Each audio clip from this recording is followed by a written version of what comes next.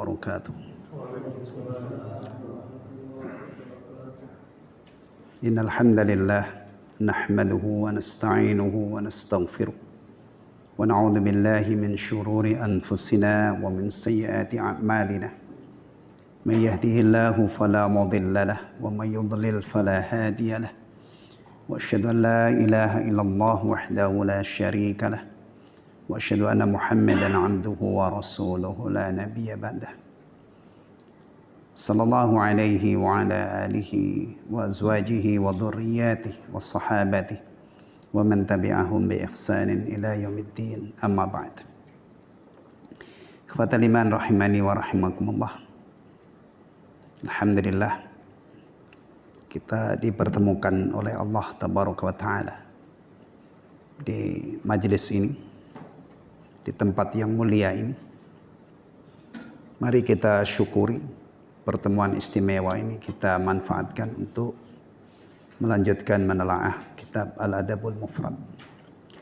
Insyaallah kajian malam ini kita mulai dari hadis nomor 124.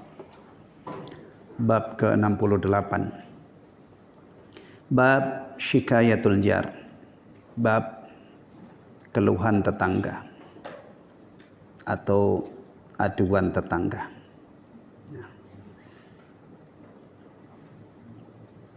Sekarang ini kalau misalnya ada warga didolimi atau diganggu oleh tetangganya, itu lapornya kemana? Lapornya kemana? RT ya, RT. Nah, dulu sahabat yang diganggu atau disakiti tetangganya ini lapornya kepada Rasulullah Muhammad sallallahu alaihi wasallam. Ini saja ya sudah tidak mungkin bisa disamai oleh orang hari ini, gitu kan? Hari ini kalau ada orang bermasalah, lapornya ke RT. Dulu ada masalah dengan tetangga, lapornya ke Rasulullah. Berarti orang-orang yang diberi kesempatan untuk bersama Rasulullah SAW itu memang istimewa. Yang memecahkan masalahnya Rasulullah.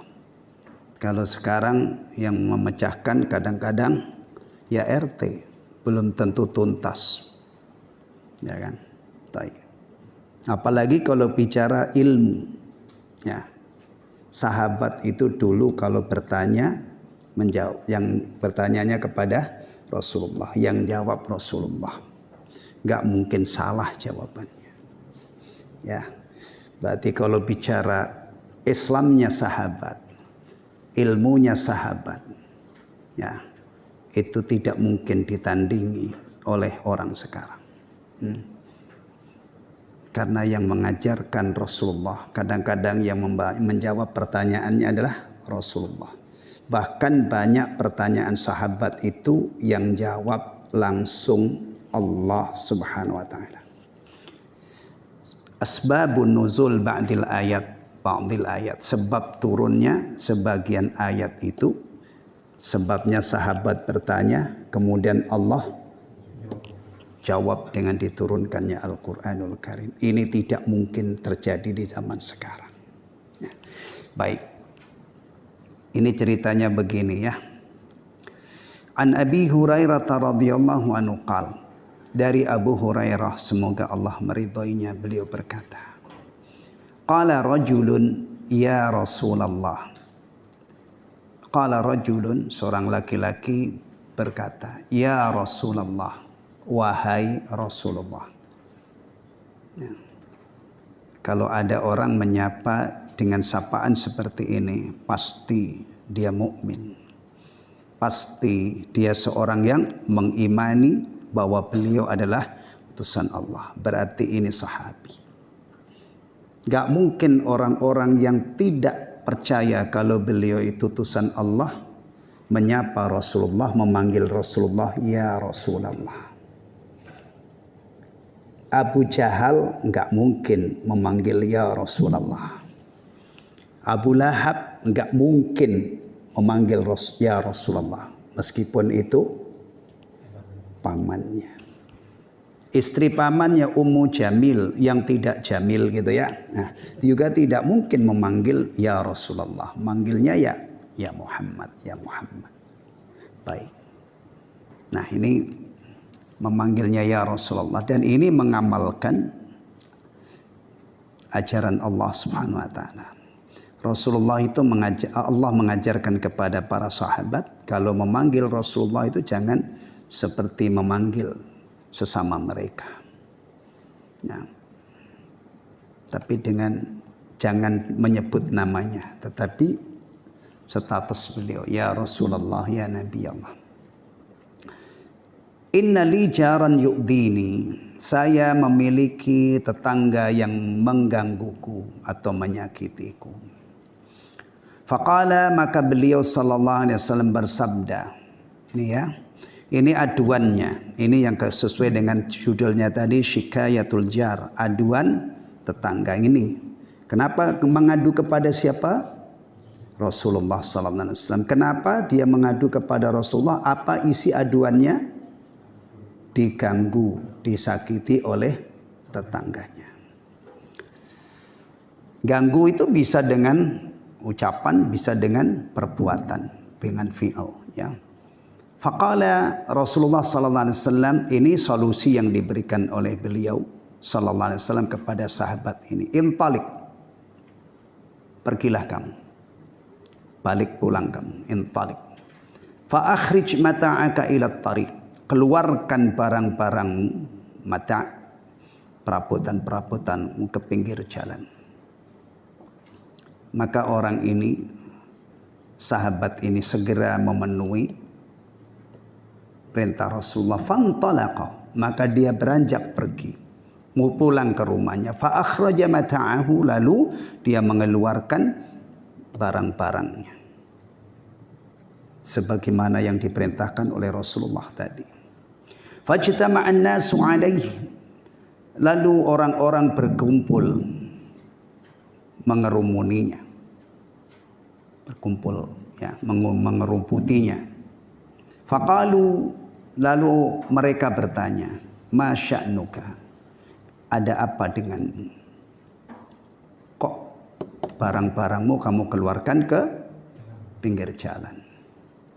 Qala, dia berkata, li jarun yu'dini, saya mempunyai tetangga yang menyakitiku, menggangguku. Fadzakartu dzalika lin-nabi sallallahu alaihi wasallam, lalu aku laporkan hal itu kepada Nabi sallallahu alaihi wasallam. Faqala, lalu beliau bersabda, intalik fa akhrij mata'aka ila tariq. Lalu beliau memerintahkan kepadaku, intalik, pulanglah kamu, keluarlah, pergilah dan keluarkan barang-barangmu ke pinggir jalan. Ke pinggir jalan ya, bukan di tengah jalan ya. Kalau di tengah jalan menghalangi orang lewat dan itu dilarang oleh Rasulullah SAW. Ya. Faja'alu yaqulun, setelah mereka mengetahui ya, faja'alu yaqulun, maka mereka mengatakan, Allahumma la'anhu, ya Allah laknatlah dia. Tetangga yang menyakiti orang ini, laknatlah. Allahumma khzihi, ya Allah hinakan dia. Antum perhatikan ya. Berawal dari mengadu kepada Rasulullah bahwa orang ini punya tetangga yang jahat, menyakiti dia, mengganggu dia. Rasulullah kasih solusi, udah kalau begitu kamu pulang dan keluarkan barang-barangmu, perabotan-perabotanmu. Tapi di zaman dulu antum jangan ya, terutama ibu-ibu itu membayangkan kulkasnya yang 4 pintu dikeluarin, ya, rice cookernya, dispensernya, apalagi home theaternya gitu ya. Enggak. Ya apa ya kira-kira di zaman itu tuh ya. Ya. Itu yang diperintahkan oleh Rasulullah, dan sahabat ini benar-benar segera melaksanakan perintah Rasulullah. Ketika orang ini melakukan apa yang Perintahkan oleh Rasulullah, antum perhatikan. Orang-orang ini pada bertanya, kenapa kamu, kenapa kamu? Menunjukkan bahwa saat itu orang itu juga sangat apa? Peduli. Nah sekarang ini kadang-kadang orang ketemu aja, ngomong aja enggak, salam aja enggak, senyum aja enggak, peduli itu namanya. Kalau setiap hari orang ketemu sesama muslim, baru kan ketemu di masjid loh. Dia tidak peduli menyapa, tidak peduli menghormat. Kira-kira kalau ada kejadian seperti ini juga, saya kira ya orang pada lewat begitu aja kan kalau zaman sekarang. Bahkan ada kemungkinan yang lebih parah lagi. Kalau barang-barang ini dikeluarkan, ya kan? Malah apa? Hilang. Dianggap sudah tidak kepake. Urusannya dengan tetangga nggak beres, barangnya tambah. Nah, berarti kan ini ada Masya Allah, ada potret-potret ya yang bisa kita teladani. Nah orang itu kalau peduli ini bukan hanya tetangga aja, saudaranya sakit dia peduli, saudaranya miskapan nggak bisa makan dia peduli, ketemu saudaranya dia muliakan. Itu bentuk kepedulian tuh minimal dengan wajah yang berseri-seri, itu tutur kata yang bagus, menyalami kalau kita dalam posisi menyalami, menjawab salam kalau kita dalam posisi. Nah orang yang seperti ini kemudian tetangganya saudaranya sakit dia peduli, saudaranya lapar dia peduli. Saudaranya disakiti orang dia ikut berusaha untuk supaya yang menyakiti itu tidak terus-terusan menyakitinya. Ya. Tolong hayati. Hasil dari kita belajar sunnah itu yang kaitannya dengan manusia ya begini ini. Kita dididik oleh Nabi SAW menjadi orang yang sangat peduli. Ya. Akhirnya karena saking pedulinya orang-orang yang melihat keadaan saudaranya yang dizalimi, keluarlah doa yang sangat mengerikan. Allahumma al'anhu, ya Allah kutuklah dia. Ini doa keras banget. Laknat itu bagi orang yang memahami mahiyal la'nah. Apa itu la'nah? Orang didoakan ya semoga dilaknat oleh Allah. Itu kalau ini ya sudah dalam banget itu. Allahumma khzihi, hinakan dia ya Allah. Maka lihat, kemudian fabalaghahu. Lalu doa-doa orang yang mengetahui ini tadi, yang mengetahui setelah mengetahui kejadian yang sebenarnya, ya, setelah dikhabari bahwa saya diganggu oleh tetanggaku, lalu aku lapor kepada Nabi dan Nabi menyuruh ini. Jadi orang-orang yang lewat itu tahu orang ini mengeluarkan barang-barangnya itu atas perintah Rasul Sallallahu Alaihi Wasallam. Maka mereka mengutuk mereka ini, mendoakan supaya ditimpa kehinaan. Fa'atahu faqala. Lalu orang yang menyakiti ini tadi mendatangi tetangga yang disakiti tadi, mendatanginya faqala, lalu dia berkata, irji ila manzilika, kembalikan ke dalam rumahmu. Balik ke rumahmu, ke dalam rumahmu. Fa wallahi la udhi. Demi Allah saya tidak akan menyakiti kamu lagi. Clear. Ya, selesai. Orang yang jahat ini tadi, ya, akhirnya dia kapok. Kalau di bahasanya Pak Prapto itu bukannya kapok, kapok dekok itu ya. Sampai keluar sumpahnya demi Allah, saya tidak akan menyakiti kamu lagi. Ya. Fiqhul hadis, kandungan dari hadis ini atau pelajaran yang bisa dipetik atau kesimpulan. Taujihur Rasul sallallahu alaihi wasallam ila ikhtiyaril hikmah asy-syar'iyyah. Bimbingan Rasul sallallahu alaihi wasallam untuk memilih hikmah syar'iyah. Lidaf'il ada, untuk menepis permusuhan, wasu'il muamalah, dan pergaulan yang buruk. Ya. Jahat kepada tetangga, mengganggu tetangga, ini adalah hal yang tidak bisa diterima oleh orang berakal sehat dan orang-orang yang mulia. Nggak usah pakai ukuran Islam. Orang berakal sehat, waras, itu tidak bisa menerima perbuatan mengganggu tetangga. Karena orang di dunia ini, semua orang menginginkan ketenangan dan kedamaian. Ya. Agama banyak, tapi saya yakin dalam hal ini, semua agama itu mengajarkan baik kepada tetangga. Kalau ada agama kok ngajarin jahat sama tetangga, waduh, nggak ada orang yang mungkin apalagi orang Islam. Ya. Banyak ajaran-ajaran Islam itu yang universal, bukan Islam saja, orang lain pun punya. Ya kan? Manusia itu adalah makhluk yang hidupnya berkerumun, bermasyarakat. Supaya kehidupan bermasyarakat tenang itu adalah harus baik. Makanya rata-rata orang itu geram banget dengan orang-orang yang menimbulkan ketidaknyamanan. Maling itu apalagi berulang kali baru ketangkep. Apalagi yang muda-muda kayak antum itu ya, kan maling itu pasti antum gebukin itu. Kalau saya mungkin sudah tua agak ini ya, jangan. Iya, karena bikin geram.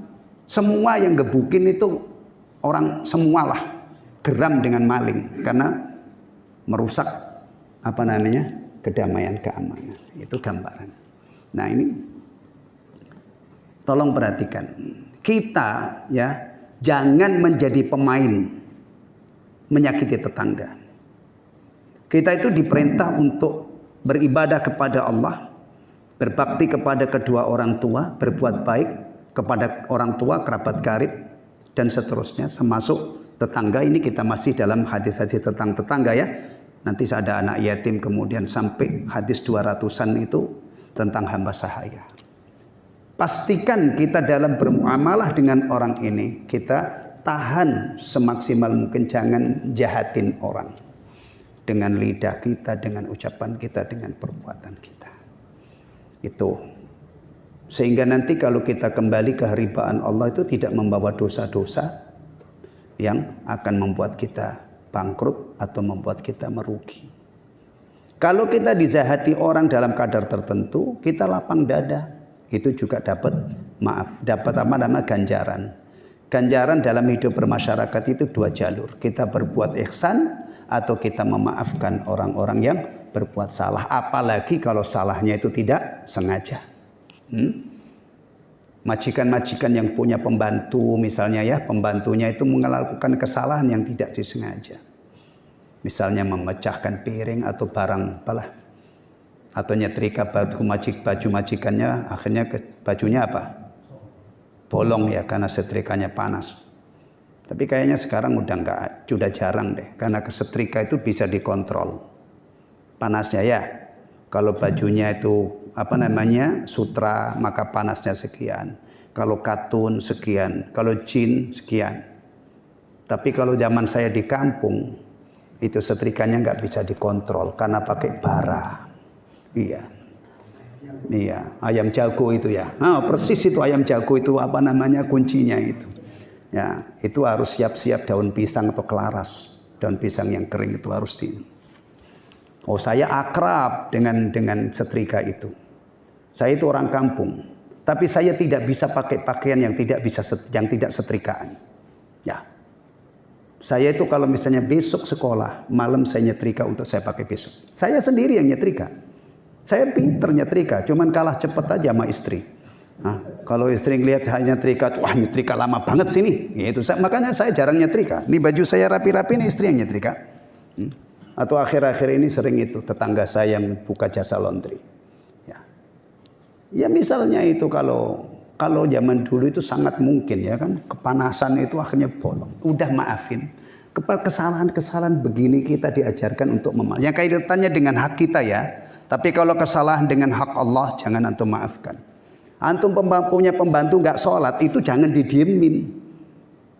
Itu kalau pembantunya yang cerita, kalau saya majikan saya itu baik banget, saya nggak sholat juga didiemin. Itu hak Allah, bukan hak Anda. Kalau hak sesama manusia bikin mudah. Urusan tetangga ayam masuk ke rumah kita, misalnya membuang kotoran, udah bikin. Itu ajaran. Kita dapat ganjaran itu dari jalur ihsan dan dari jalur memaafkan. Nah ini kita di sini tadi kesimpulannya Pak Rasulullah SAW ya memilih untuk menangani masalah ini ya. Beliau memilih cara yang sangat bijak ya, yang hasilnya maksimal. Ats-tsani ta'thirul uslubil hasan was-siyasatid daqiqah awqa'a fin nufus. Pengaruh dari cara yang bagus Dan siasat yang jitu itu lebih mengena dalam jiwa. Buktinya tadi ya, orang yang tadinya jahat kepada tetangganya itu sampai kelepek-kelepek istilahnya kan. Wallahi, udah balikin lagi perabotan. Demi Allah saya tidak akan nyakitin kamu lagi. Itu kan hasilnya apa kalau kita bahasakan itu mantap banget kan. Berawal dari Rasulullah memilih cara yang bagus. Al-mu'amalatus sayyi'ati ma'al jiran la yardaha al-uqala'u wal akarim. Ini tadi yang saya sebutkan ya.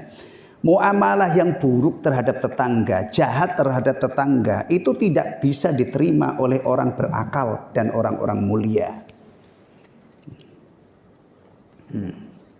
Ya. Dan kita itu bagian dari masyarakat yang mencita-citakan kedamaian, yang mencita-citakan ketentraman, keamanan. Maka jadilah kita tetangga yang baik. Bayangkan ya kalau begini ini misalnya ini kajian RT atau kajian di masjid yang ngaji itu dari beberapa RT RW. Diajari begini kemudian dibawa pulang dan diterapkan. Maslahatnya luar biasa. Ya. Akhirnya tetangga pada akur, tetangga pada damai. Ya. Bahkan kalau berbeda agama sekalipun, urusan damai, urusan akur itu kita mestinya orang Islam itu pelopornya. Ya, karena kita diajari untuk berbuat baik kepada tetangga. Bahkan tafsir tetangga jauh itu sebagian ulama adalah tetangga yang tidak se-Islam. Cuman ini ada fikihnya, ya tidak mutlak. Tapi secara umum orang yang paling proaktif untuk menciptakan kedamaian. Ya, bahkan atas nama ibadah, kita tidak boleh ibadah di jam-jam tidur, jam istirahat sampai ganggu orang lain. Atas nama baca Quran. Bahkan di rumah sendiri atas nama baca Quran jam 11, jam 10 malam anak kita terganggu gak bisa tidur. Itu dolimi si bocah ini. Yang mestinya kalau baca Quran jam segitu ya kira-kira volume suaranya. Ya. Apalagi kalau istri baca Quran jam segitu. Ganggu suaminya gak bisa tidur. Apalagi dia baca Quran diajak tidur sama suaminya dia sono tidur dulu, saya mau baca Al-Quran. Masya Allah. Istri diajak menemani oleh suami. Suaminya butuh menemani di tempat tidur. Dia menolak, malah baca Quran kenceng-kenceng suaminya. Ini kalau suami yang tidak sabaran zaman sekarang nggak tahu diapain istrinya ini. Iya. Ada porsinya masing-masing. Kemarin itu saya ngaji di suatu tempat. Ada ibu-ibu yang bertanya, Pak, kalau ada seseorang baca Quran sampai kedengaran di jalan itu gimana Pak? Saya bilang, baca Quran itu aslinya. Kalau tidak ada hajat untuk dikeraskan, jangan kenceng-kenceng. Nah kalau kedengaran sampai di jalan itu kan berarti dia bacanya di rumah itu kenceng gitu kan. Jangan. Kalau bisa kita itu punya ibadah-ibadah yang tidak ada orang tahu. Ya, itu lebih ikhlas. Jangan semua ibadah kita itu kita bikin transparan. Dilihat orang, apalagi udah nggak ada orang melihat, kita bikin supaya melihat. Apa misalnya zaman sekarang itu, dia apa dulu? Masya Allah, akhirnya semuanya ditunjukkan kepada orang. Bahkan dia makan di restoran yang istimewa gitu juga di ini. Nanti di grup RT-nya pada tahu, oh bu ini, ya Allah pulangnya dia nggak bawa apa-apa, nggak bagi tetangganya, cuman ngeledek aja. Nih gue makan ikan bakar, gue makan apa misalnya gitu. Astagfirullah. Kok jadi begini? Itu fitnah HP itu. Ya. Jangan-jangan nanti misalnya ada orang puasa Senin Kemis yang seharusnya itu bisa disembunyikan kan pas buka. Nah, dia ada ininya lagi ada narasinya. Nah, sekarang saya buka puasa Senin, Masya Allah ada es kopior macam-macam lah. Gitu. Lah kok hidup jadi begini? Hati-hati ya kita menggunakan media ini. Bahkan sholatnya laki-laki itu banyak yang tidak tahu semestinya. Kita itu dituntut jamaah itu hanya sholat fardu aja. Makanya yang punya rumah, apalagi di rumah itu ada kamarnya, sholat sunnah ba'diyahnya, qobliyahnya itu kalau bisa sebaiknya di rumah. Nggak ada yang tahu. Tadi qobliyah ba'diyah. Lagi. Balik ke sini. Muamalah yang buruk dengan tetangga itu tidak bisa diterima oleh orang berakal. Dan orang-orang yang mulia, berjiwa mulia. Ya. Lebih parah lagi anak durhaka kepada ibunya. Kalau ada anak menyakiti ibunya, ya, saya kira semua orang yang berakal waras gitu, ya, pasti dia mengingkari perbuatan itu, siapapun orang. Bahkan mungkin orang ateis pun, apalagi orang Islam, ya kan? Ini sering saya ini. Saya kira tidak usah nunggu ustadz manggil kiai besar untuk nasihati anak yang durhaka. Tetangganya yang orang-orang awam aja, orang biasa, melihat anak menyakiti ibunya itu mestinya bisa nasihati, nang, atau apa namanya, le. Kalau di sini apa, macam-macam lah ya. Ada yang manggil apa lagi? Tong ya, ikum makmu. Jangan kamu sakiti. Udah. Apalagi kalau itu ustadz atau santri lah, orang yang belajar agama, belajar tentang kewajiban bakti kepada kedua orang tua. Mungkin dia punya materi yang lebih bagus lagi. Nah, dinasehati baik-baik. Lebih parah lagi orang yang tidak beriman. Seorang hamba Allah diciptakan oleh Allah dari mani, dari nutfah, menjadi sebaik-baik bentuk, kelasnya mulia, levelnya tinggi. Bahkan binatang ternak yang segede-gede gitu, itu diperuntukkan untuk manusia, boleh disembelih, boleh dia makan. Kan kelasnya berarti tinggi banget. Ya, buah-buah itu semua dihalalkan untuk ini. Nah, unggas, ayam, bebek, entok semua jadi halal. Bahkan bumi ini dibentangkan oleh Allah. Ada sekian banyak manfaat itu untuk manusia. Tiba-tiba dia kufur. Tiba-tiba dia tidak mau meyakini bahwa yang berhak disembah dan ibadah itu Allah. Atau orang ini beragama Islam nggak pernah rukuk, nggak pernah sujud. Masa iya sih ustadz kiai-kiai itu nggak punya bahan untuk ngingetin orang yang apa ya, yang separah ini. Tapi aneh gitu, saya lihat dunia nasihat itu kadang-kadang tidak mementingkan, tidak memperhatikan masalah-masalah seperti ini. Ya, dah. Kalau kita sudah paham masalah ini, berarti kalau kita jahat kepada tetangga, maaf, kita ini berarti kita membaca diri kita yang jahat kepada tetangga. Seandainya kita jahat, saya telah melakukan hal yang tidak bisa diterima oleh akal sehat, tidak bisa diterima oleh orang-orang yang berjiwa mulia. Apalagi kalau diukur pakai kitabullah dan sunnah dengan syariat Islam, saya melakukan dosa besar. Berikutnya, ini ada beberapa yang hampir sama, sudah satu aja. Kita lanjut bab berikutnya, bab 69. Bab man ada jarahu hatta yakhruja. Bab orang yang menyakiti tetangga hingga dia minggat. Pakai bahasa gitu aja ya, minggat. Ini ada orang disakiti tetangga. Ini biasanya bukan sekali dua kali, tetangganya yang kelewat jahat sampai akhirnya dia pindah. Ada kejadian seperti ini? Adalah. Karena orang hidup itu yang dicari adalah tenang. Ternyata di suatu tempat dia tidak mendapatkan ketenangan. Sumber ketidaktenangannya itu dari tetangga. Kalau sumber ketidaktenangan itu dari istri, diapain istrinya? Ya dipulangin. Orang nikah itu pengen bahagia. Tiba-tiba setelah nikah istri ini tidak bisa membuat suami apa? Bahagia. Bisa saja seorang laki-laki mengambil keputusan, akhirnya istrinya itu ya bahasa santunnya dipulangin ya ke orang tua. Nggak tahu apakah cuma dianterin di pinggir jalan kon sono pulang itu nggak tahu saya. Tapi iya. Orang pengen tenang itu berarti harus mendapatkan partner. ya kan? Yang bisa mewujudkan impiannya itu.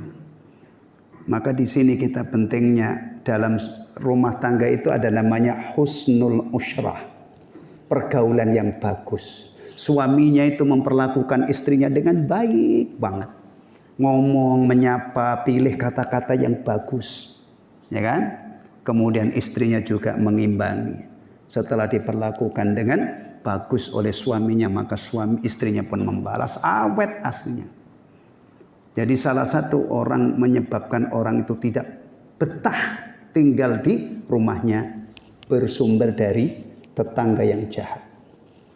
Nah ini ada bab. Nah separah apa tetangga yang jahat kepada tetangganya sampai akhirnya minggat. Nah, tayyib.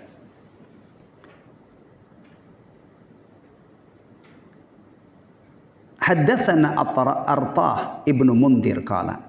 Artah ibnu Mundir menceritakan kepada kami. Qala dia berkata, sami'tu, saya mendengar, yakni Abu Amir al-Humasi. Maksudnya Abu Amir al-Humasi qala, kana Thauban yaqul. Berarti ini asar sahabat ya.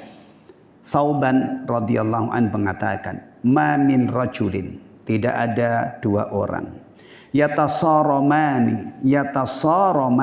yang saling mendiamkan, ngambek ya, fauqa salasati ayyam, lebih dari 3 hari ya.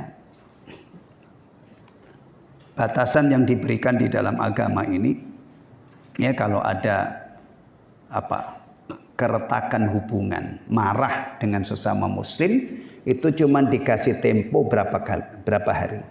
3 kali 24 jam harus baik ya.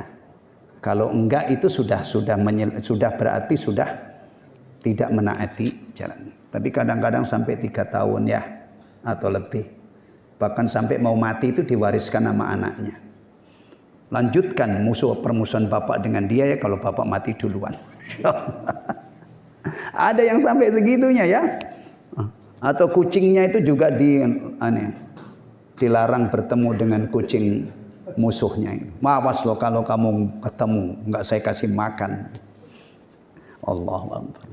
Agama kita itu aturannya itu sudah bagus, cuman kita saja yang penuh dengan kekurangan ya. Ya. Kekurangan itu banyak banget jemaah sekalian. Bahkan setiap kita mengintrospeksi diri kita, pasti kekurangan. Kita diperintah untuk iqamatus shalah. Kurang. Kita sudah sholat iya, tapi masih kurang. Apalagi syukur, kita diwajibkan untuk bersyukur. Syukur kita itu terlalu minim dibanding dengan ihsan Allah kepada kita.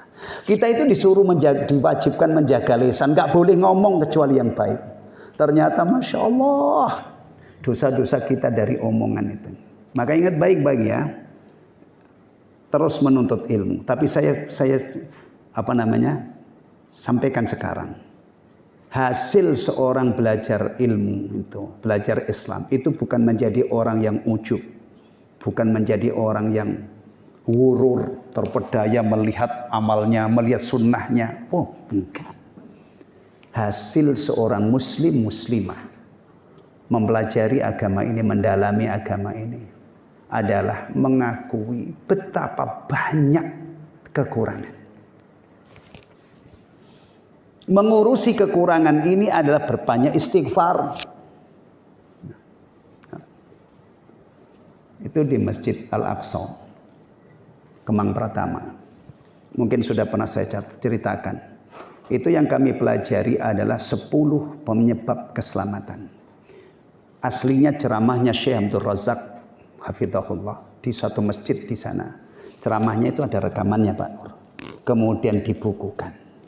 Ya, itu insya Allah Kamis ini itu sudah khatam, ingat saya, sudah sampai yang ke-10. Salah satu yang beliau sebutkan di sini adalah penyebab keselamatan adalah al-hadar minal ujub wal ghurur. Waspada terhadap ujub, bangga diri karena ibadahnya, karena amal solehnya, dan waspada terhadap ghurur, Gurur itu orang sudah beramal baik, amal kebajikan yang banyak, kemudian merasa dirinya bersih, suci, aman dari azab Allah. Waspada, jangan sampai itu. Beliau ingatkan, kita itu harus mengakui betapapun kita taat, apalagi kita itu taatnya masih banyak malesnya ya. Betapapun seandainya kita itu sudah taat pol-polan, tetap kita mengakui kita ini banyak kekurangannya. Sebagaimana Rasulullah mengatakan, kullu bani Adam khatta'un wa khairul khatta'ina at-tawwabun. Jadi kalau ada orang belajar kemudian Masya Allah dia kenal sunnah, ini sudah diamalkan, kemudian dia ujub, bangga diri dengan amalnya itu. Na'udzubillah min dzalik. Bukan itu. Ya. Itu salah asuh.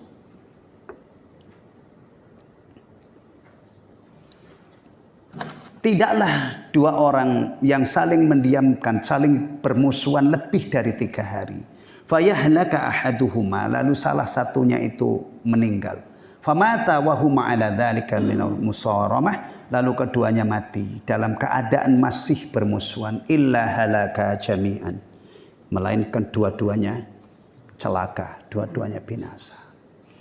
Makanya ikhwatal iman ya, kita itu kalau punya masalah hendaknya sebelum mati cepat-cepat selesaikan. Cepat-cepat selesaikan. Ya. Ya, kalau ada misalnya kita punya satu saat ya mungkin ya khilaf karena kita manusia biasa ya, itu kan cepat diselesaikan. Yang punya utang itu juga kalau memang utang cepat diselesaikan. Atau kalau belum bisa menyelesaikan sesuai janji ngomong sama yang bersangkutan. Ya, tayyib. Wa ma min jarin yadhlimu jarahu wa yaqharuhu. Dan tidak ada seorang tetangga yang zalim, berbuat zalim kepada tetangganya dan mengintimidasinya.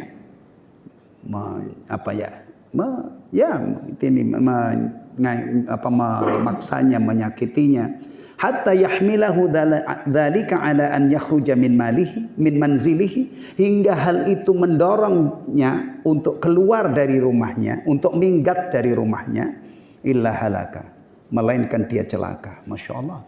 Jadi kalau ada tetangga nyakitin tetangganya sampai tetangganya itu nggak tahan, kemudian tetangganya pindah, ini bukan masalah sepele. Kalau di dunia mah dianggap ini misalnya karena orangnya jagoan, karena orangnya kuat misalnya ya. Iya kan? Bisa jadi orang menganggap dia menang, dia kuat. Tapi sampai kapan? Kan satu saat orang ini mati. Hah? Orang-orang yang jagoan-jagoan itu, jagoan-jagoan ya, yang suka berbuat zalim sama orang. Memang kamu bisa jagoan di hadapan malaikat yang diutus oleh Allah untuk mencabut nyawa. Yang punya ini dan punya itu keterampilan karateka dan berapa paling tinggi? Karateka itu paling tinggi dan berapa Pak Nur? Ada dan 11. Aku nggak ngerti karateka. Atau yang punya Masya Allah punya jago-jago bela diri. Itu kalau memang malakul maut itu kalau nanti datang itu bermanfaat itu. Hah? Malaikatnya itu ditendang, ditinju, ditonjok mungkin. Mati kamu, ya kan? Apalagi kalau sudah menghadap Allah Subhanahu Wa Taala. Allah itu zat yang maha kuat, zat yang maha perkasa. Ada orang kuat di hadapan Allah. Ini halal begini ini ikhwatal iman, kita pikirkan. Satu saat kita itu berhadapan dengan kematian. Mau jenderal bintang berapa kalau sudah saatnya mati. Mau ada orang yang maniaknya itu banyak misalnya, pendukungnya banyak. Kalau Allah kehendaki mati. Jangan lupa itu. Nah, ini banyak orang lupa daratan itu. Ya. Apalagi pemilu itu masih jauh. Sekarang sudah gadang-gadang ini. Bisa jadi orang yang kamu jagokan itu nanti mati besok sore atau mati sekarang, bisa. Cuman kadang-kadang kalau kita ngomong begini ini dia salah paham. Kamu kurang ajar nyumpahin mati calon saya. Enggak begitu, saya ngingetin. Memang kematian itu ada daftarnya, ada jadwalnya. Sekarang sudah pasaran banget. Hari sial itu tidak ada kalendernya gitu kan orang nyebut kan. Bener nggak? Nggak ada kalendernya. Antum lihat kalender. Oh hari ini saya sial, hari ini besok ini sial. Nggak mungkin lah. Kematian itu juga tidak ada kalendernya. Ini kadang-kadang orang Masya Allah sudah pada lupa daratan, dukung orang kelewatan batas. Seakan-akan orang ini nanti itu tahun depan pemilu, tahun berapa pemilu itu Pak?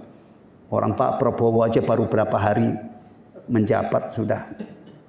Iya. Orang itu kalau ingat halal begini ini nggak kebablasan dia. Ya, hati-hati. Kalau punya urusan selesaikan. Hati-hati jangan jahat sama tetangga. Segera bertobat kalau seandainya selama ini orang itu berbuat jahat sama tetangganya. Fiqhul hadis. Nih ya, kandungan hadis ini atau kesimpulan pelajaran yang bisa dipetik dari hadis ini. Atau tepatnya asar tadi ya. Fihil hathu ala izalatil hujran wal ibti'ad anil musyajarati wal muqata'ah. Nih ya, ini agama kita nih ya. Ini salah satu ajaran dari Rasulullah. Dalam asar ini ya, ada anjuran untuk menghilangkan al-hujran. Hujran itu menghilangkan pertengkaran, kemudian saling mendiamkan. Walibti'adi 'anil musyajarah wal muqata'ah, dan menjauhi pertengkaran dan pemutusan hubungan. Ingat ya, umat Islam itu dijadikan orang yang punya hubungan baik dengan orang lain. Dengan ibunya dia berbakti, dengan kerabatnya dia sambung kerabatnya, dengan tetangganya dia berbuat baik, dengan tamunya dia muliakan. Masya Allah ya. Dengan orang kita disuruh bertutur kata yang baik supaya hubungan ini tetap lestari. Hirsul Islam ala tamasukil mujtama' wa tarasil bunyan. Perhatian Islam atas bersatunya mujtama', bersatunya masyarakat. Nih ya, Islam itu mengajarkan kita hidup bermasyarakat ini baik dengan tetangga supaya masyarakat ini utuh. Ya, watarasil bunyan, dan kokohnya bangunan. Ya. Jadi kalau ada orang Islam itu biang kerok di tengah-tengah masyarakatnya ya, dia itu Masya Allah lidahnya ya, cuma menebar kata-kata yang buruk, yang jahat, yang bisa menyakiti. Ini maaf, ini pasien kelas berat. Jangan dianggap sepele, ya, jangan dianggap sepele. Ini pasien kelas berat. Kemarin sudah kita pelajari itu ya, beberapa pertemuan yang lalu. Ya. Ada wanita ahli ibadah, nggak tanggung-tanggung ahli ibadahnya itu, ahli tahajud, ahli puasa sunnah, ahli sedekah, ya, jahat kepada tetangganya. Jahatnya itu tu'dhi jiranaha bilisaniha. Apa kata Rasulullah sallallahu alaihi wasallam? La khaira fiha. Nggak ada baikannya, huwa min ahli nar. Dah itu cukuplah untuk mengingat-ingat kita bahwa jahat kepada tetangga itu adalah perbuatan zalim yang sangat membahayakan akhirat kita. Ingat, kita itu hidup bukan hanya di dunia ini. Ya. Kita nanti akan mati. Kita di barzah, singgah dulu di alam barzah, puncaknya kita akan ada di akhirat nanti. Ya. Dadan ya.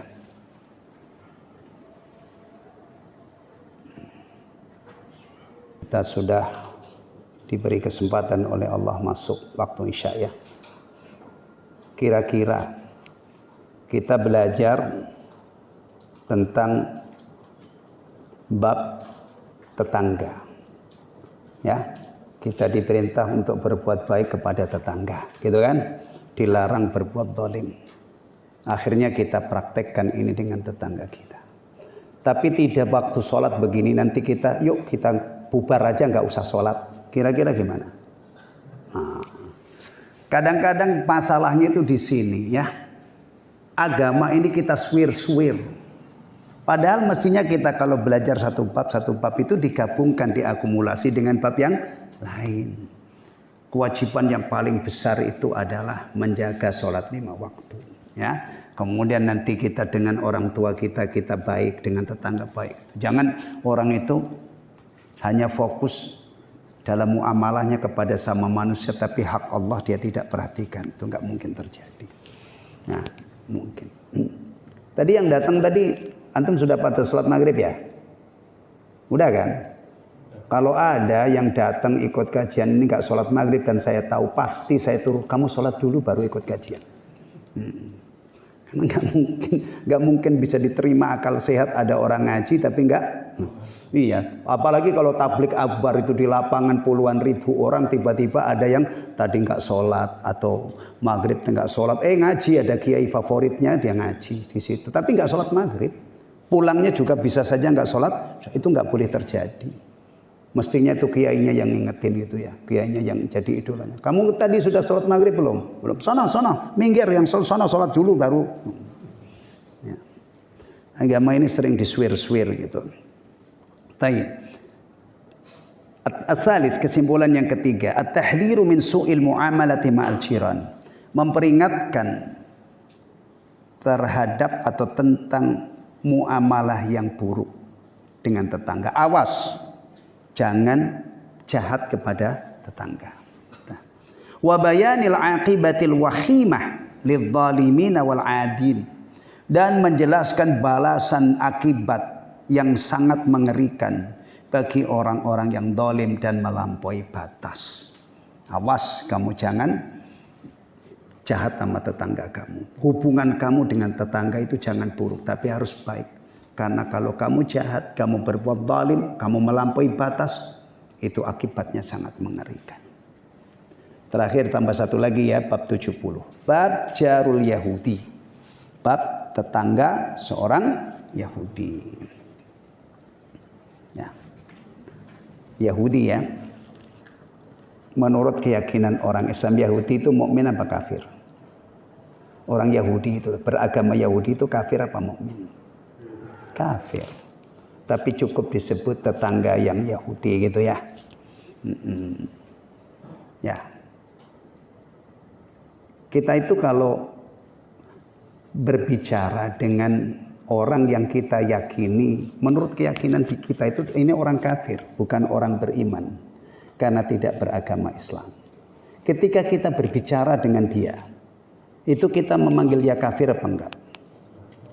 Selama ini Pak Prapto mungkin punya mitra bisnis atau apalah, atau belanja ke toko-toko. Pak Nur juga pernah nggak Pak Nur antum menyapa kafir? Saya mau beli sini beli sini enggak? Atau ketemu Pak Kafir, kamu mau ke gereja ya? Enggak, saya tertarik ngomong begini karena saya lihat di YouTube itu ada orang ngomong begini. Nabi itu tidak pernah memanggil orang kafir ya kafir. Saya merenung, lah saya juga nggak pernah manggil orang kafir ya kafir. Itu dalam keyakinan saya. Orang itu kafir, tapi kalau komunikasi saya tidak pernah menyapa orang. Saya punya tetangga itu baik banget, saya yakini dia orang kafir. Ketemu saya pagi, selamat pagi Pak Ustadz, selamat pagi Pak. Kadang-kadang saya nyapa dulu, selamat pagi Pak. Saya pulang dari masjid dia nyapu. Saya pulang dari masjid itu dia sudah mencuci motornya, mobilnya, kinclong rumahnya bersih. Kadang-kadang saya juga disalami oleh anjingnya. Saya anggap saya disalamin aja gitu. Dia punya anjing lucu itu lompat-lompat guguk. Saya senyum-senyum aja. Saya juga tidak pernah ini. Antum-antum saya kira juga tidak pernah memanggil orang yang kita yakini orang kafir itu kita panggil dia kafir kan? Kita komunikasinya tetap ini. Mengindahkan adab berbicara. Dan memang ajaran agama kita juga. Tapi maksud saya, keyakinan kita itu tidak boleh luntur, gitu loh. Orang selain yang beragama Islam itu kafir, sudah jelas. Tapi dalam tataran kita berkomunikasi, menjaga perasaan, nah itu tidak nyari gara-gara kita. Bahkan kita tunjukkan adab yang baik, ya kan? Bahkan lebih dari itu, boleh kita berbagi dengan tetangga yang Yahudi. Itu loh. Ya. Ini kadang-kadang orang kita itu kalau bicara ya ayyuhalladzina kafaru atau orang kafir itu biasanya bukan sedang berhadapan dengan orangnya. Kita sedang mempelajari ayat, gitu kan? Kita sedang kalau ketemu orangnya. Nabi SAW dulu itu juga begitu. Kalau mendakwai orang itu memang pernah kita dengar ayyuhal kafirun misalnya. Enggak, ayyuhan nas, wahai manusia. Yakinilah la ilaha illallah, kalian akan beruntung. Padahal yang didakwai ini orang apa? Orang musyrik kafir lah. Tapi Nabi memanggilnya ya ayuhan nas. Kisah-kisah para nabi itu juga kalau memanggil apa? Ya qaumi, wahai kaumku. Itu kan? Nah, iya benar. Tapi jangan sampai kita lupa bahwa secara keyakinan kita itu meyakini ada orang-orang yang kita yakini kafir. Dalam tataran kita berbicara, kita diajari. Nah, Rasulullah dulu kalau menyurati raja-raja untuk didakwahi itu ya, misalnya kepada Muqawqis, pembesar Mesir, masuklah Islam Anda, kalian kamu akan selamat dan kamu akan mendapatkan 2 ganjaran. Nah, tadi saya lihat di YouTube itu ada orang katanya Nabi SAW itu tidak pernah memanggil ya kafir. Nah sekarang juga kita tidak mengajari manusia itu kalau komunikasi dengan orang kafir ya kafir. Adapun ayat qul ya ayyuhal kafirun ini dibahas itu ya. Itu Nabi hanya menyampaikan apa yang diperintah oleh Allah gitu. Qul ya ayyuhal kafirun. Ya. Itu tadi ya saya dapat gitu. Nah sekarang kita baca cerita ini apa namanya? Riwayat ini tentang jar Yahudi. An Mujahid dari Mujahid beliau berkata, kuntu inda Abdullah bin Amr, saya berada di rumah Abdullah bin Amr, wa gulamuhu yaslahu syat, dan gulamnya, pembantu itu di zaman itu bisa hamba sahaya ya, sedang menguliti kambing, yaslah. Menguliti kambing itu kalau sekarang gimana? Biasanya antum-antum kalau ngulitin kambing, disembelih dulu gitu kan, kemudian setelah itu dijungkir biasanya ya, kakinya diikat di atas, ya kan, kepalanya itu biasanya dipotek dulu, krek gitu kan, copot lalu kemudian dikeset, kemudian kulitnya itu kalau yang ahli itu melihatnya enak banget ya, yang ahli, itu kadang-kadang berapa titik itu kemudian langsung dikeset. Nah, ini gulamnya sedang menguliti kambing. Faqala ya gulam. Lalu Abdullah bin Amr ini menyapa berkata kepada pembantunya, ya gulam, wahai gulam. Ya. Idza faraghta, kalau kamu sudah selesai, fabda bijarinal Yahudi. Mulailah kamu beri kepada tetangga kita yang Yahudi itu. Saya kira ini obat bagi sebagian besar kita. Kita sebelum ngaji ini tuh biasanya kalau kita punya tetangga yang non muslim gitu ya, itu kayaknya kita sudah tidak perlu bagi-bagi dia. Ya kita kan seakan-akan ngapain saya bagi dia yang saudara sama muslim aja banyak gitu kan. Nah ini. Faqala rajulun minal qaum, lalu ada seseorang yang berkata, tepatnya proteslah gitu dengan Abdullah bin Amr tadi. Al-Yahudiyya aslahakallah. Masya Allah, dalam banget ini. Yahudi kamu bagi kambing, semoga Allah memperbaiki kamu. Aslahakallah itu berarti menganggap apa yang dilakukan oleh Abdullah bin Amr ini apa? Salah. Sampai keluar aslahakallah. Yahudi, semoga Allah memperbaiki kamu. Kalau zaman sekarang ya, zaman sekarang kan bisa lewat media kan, lagi tadi saya katakan ada orang potong kambing berbagi diviralkan. Ternyata yang dibagi itu non muslim. Orang-orang yang ini mungkin dia dirujak gitu, biasanya gitu ya, bahasanya di netizen ya. Dirujak ya. Dirujak itu diapain? Digoreng. Digoreng itu diapain? Ya dikeroyok lah, ya kan? Kalau orangnya datang itu bukan dirujak namanya, digeruduk. Rumahnya si fulan digeruduk, gitu kan? Kalau lewat media itu namanya dirujak. Istilahnya saya dengar-dengar begitu ya, saya sering baca gitu. Nggak salah kamu itu. Orang yang muslim aja banyak, ngapain? Itu kan? Apalagi kalau misalnya langsung mungkin ya negurnya itu pedas, enggak salah kamu itu, tetangga Yahudi kamu kasih. Ini sahabat Nabi mengamalkan ajaran Nabi, diprotes orang, dianggap perbuatannya itu keliru. Apalagi hari ini tuh sudah jungkir balik. Bisa saja orang yang mengamalkan ajaran Nabi itu dianggap orang gimana lah gitu. Nah, Abdullah bin Amr ini menyuruh hamba sahayanya tadi untuk berbagi dengan tetangganya. Ini tidak iseng. Itu dilakukan ala ilmin, berdasarkan ilmu. Nah, kalau orang itu beragama berdasarkan ilmu, insya Allah kokoh. Kokoh, nggak gampang. Ngapain sih kamu rajin ke masjid? Apa nggak enak itu pada maghrib itu kita nongkrong di kafe-kafean lah. Kalau kafe beneran kan nggak cekak duit kita. Nah, warung, ngapain kamu? Itu kalau orang ke masjidnya bukan iseng. Ke masjidnya itu berdasarkan ilmu. Dia tahu sholat berjamaah itu 20 kali lipat. Isya itu separuh, ganjarannya seperti separuh. Kita tahajud separuh malam, subuh itu seperti tahajud semalam suntuk. Masya Allah. Dia tidak gentar istilahnya, tidak goyah. Digoda orang, ngapain kamu? Ya, makanya usahakan ya, beragama itu berdasarkan ilmu. Jadi ketika ada orang protes itu insya Allah kita tegar. Nah ini. Akhirnya Abdullah bin Amr ini tidak banyak omong istilahnya. Qala dia mengatakan, inni sami'tu Nabiyya sallallahu alaihi wasallam yusi bil jar. Saya mendengar, ini sahabat ya. Saya mendengar Nabi SAW berwasiat untuk berbuat baik kepada tetangga. Yusi selalu berwasiat untuk berbuat baik kepada tetangga.